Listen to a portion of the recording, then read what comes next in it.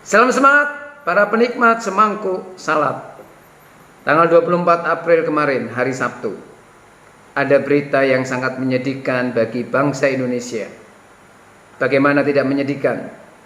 Bangsa Indonesia kehilangan 53 putra terbaiknya dari TNI Angkatan Laut.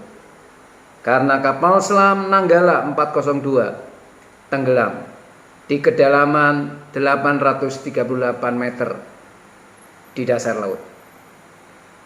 Pertanyaannya, mengapa kapal selam yang cukup canggih, yang diperlengkapi dengan berbagai peralatan canggih, bisa tenggelam?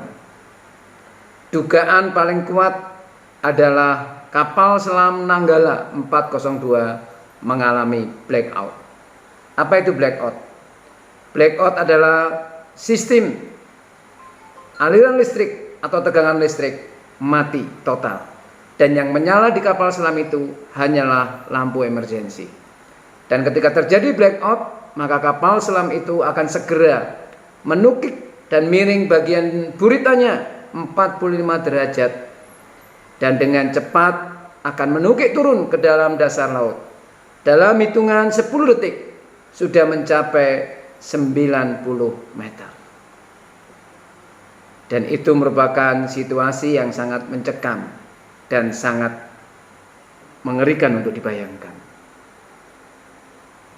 Apa yang bisa kita tarik pelajaran dari kisah tenggelamnya Nanggala 402? Segala sesuatu, secanggih apapun, ketika terpisah atau terputus dari sumber daya, maka sesuatu yang canggih ataupun penuh dengan hal-hal yang mutakhir akan tidak bisa berfungsi dengan baik. Bahkan terjadi kejadian yang fatal. Demikian juga dengan kehidupan saudara dan kehidupan saya. Saat kita terpisah dari sang sumber kehidupan, maka mungkin nampaknya kehidupan kita penuh gebiar, penuh kemegahan, kelihatannya serba mapan. Tetapi sejatinya kita kehilangan daya untuk hidup itu. Mari kita sadarkan diri kita bersama dengan membaca Kejadian pasal 2 ayat yang ke-7. Begini bunyi firman Tuhan, Kejadian 2 ayat yang ke-7.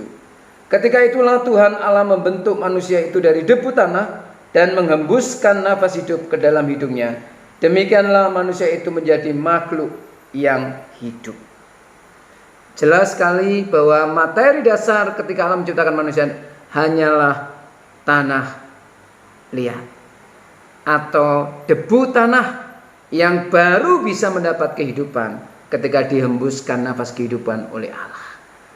Jadi ini harusnya menyadarkan kita bahwa kehidupan kita bisa menjalani kehidupan dan punya daya hidup dan mencari penghidupan karena kita diberi daya hidup oleh sang sumber kehidupan itu sendiri, yaitu Tuhan di dalam Yesus Kristus, sang sumber hidup, sang kebangkitan itu sendiri.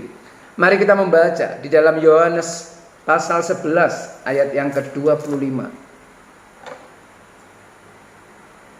Yohanes 11 ayat yang ke-25 berkata demikian. Jawab Yesus, akulah kebangkitan dan hidup.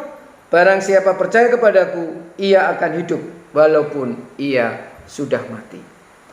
Allah di dalam Tuhan Yesus Kristus bukan hanya memberi daya hidup supaya hidup kita bermakna selama di dunia ini, sehingga kita bisa mengerti kehendak Allah, tetapi Yesus adalah Allah yang menjamin bahwa sekalipun nanti kita mati secara fisik, tetapi roh kita akan dibangkitkan kembali, dan kita semua bagi yang percaya sungguh-sungguh akan menerima ganjaran memiliki hidup kekal kelak di sorga. Jadi daya kehidupan Allah bukan hanya dijaminkan saat kita menjalani kehidupan di muka bumi ini, tetapi daya hidup itu, kehidupan kekal itu akan juga kita bisa nikmati saat kita nanti menikmati kehidupan yang kekal bersama dengan Allah di dalam Yesus Kristus. Selamat menjalani kehidupan bersama-sama sang daya hidup itu, Tuhan Yesus Kristus.